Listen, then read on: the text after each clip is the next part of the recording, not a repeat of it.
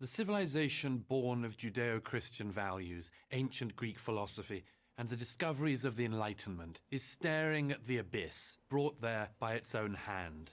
To put it starkly, Europe is committing suicide. How did this happen? It's a complicated story, but there are two major causes. The first is the mass movement of peoples into Europe. This has been going on steadily since the end of World War II, but sped up massively in the migration crisis of 2015 when more than 1 million migrants poured into Europe from the Middle East, North Africa and East Asia. The second, and equally significant, is that Europe lost faith in itself, its beliefs, its traditions, and even its very legitimacy.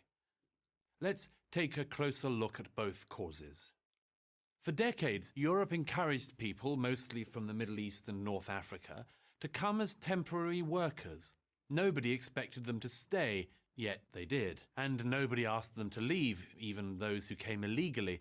As one British immigration minister put it in 1999, removal takes too long and it's emotional. And, of course, why would they leave?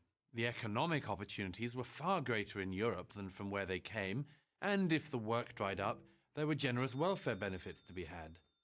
For a time, immigrants were allowed, even encouraged, thanks to the European commitment to multiculturalism, to pursue whatever culture they wanted.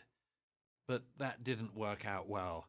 The leaders of Britain, France and Germany admitted as much in 2011 when David Cameron, Nicolas Sarkozy and Angela Merkel dramatically announced that multiculturalism had failed. So, the immigrants were then asked to assimilate and embrace Western values. If that happened, European governments reasoned, all the financial costs, even the occasional acts of terrorism, could be overlooked. But it never happened, and immigration just increased. During 2015, Germany and Sweden added 2% to their populations in a single year. By 2017, the most popular boy's name in the United Kingdom was Mohammed. So, why did European leaders decide Europe could take in anyone in the world, whether fleeing war or simply seeking a better life, no matter how different or even opposed their values were to European values? The one-word answer to this question is guilt. Aren't these refugees, the thinking goes, fleeing the consequences of European imperialism? Didn't we mercilessly exploit these unfortunate people in their home countries? Aren't we the cause of their misery? Accepting them into Europe is meant to be a wiping away of this guilt. This is especially true of Germany. In allowing 1.5 million people into her country in 2015, Angela Merkel was, in effect, proclaiming to the world that Germany, the great aggressor of the 20th century, the architect of the Holocaust, would be the humanitarian superpower of the 21st. A noble sentiment, perhaps, but who pays the price? The ordinary citizens of Europe, who've seen crime and terrorism increase exponentially. Their fears and frustrations have been largely ignored, or worse. In October 2015, the German government designated that 800 newly arrived immigrants were to be housed in the German town of Kassel. Concerned residents had a meeting to ask questions of their representatives. As a video recording shows, that his citizens were calm and polite, and then, at a certain point, their district president informs them that the refugees are coming regardless of their objections, and anyone who does not agree with the policy is free to leave Germany. This official attitude, if there is a problem it's not with the refugees but with the citizens, reflects a sense of what I call tiredness. A feeling among the elite class that the European story has played out, that we've tried religion and all imaginable forms of politics, and that each has one after another led us to disaster.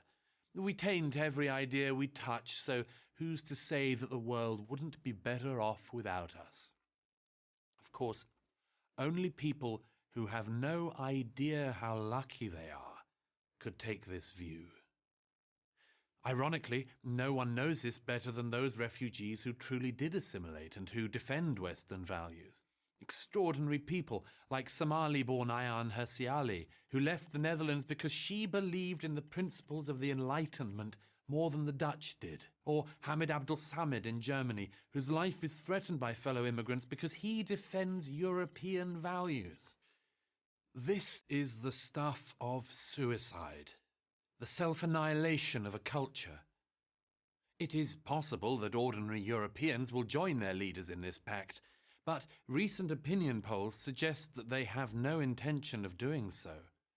How they act on that intention will be the great story of the years ahead. Are we about to witness the end of Europe, or its rebirth? I'm Douglas Murray, author of The Strange Death of Europe for Prager University. Thank you for watching this video. To help keep PragerU videos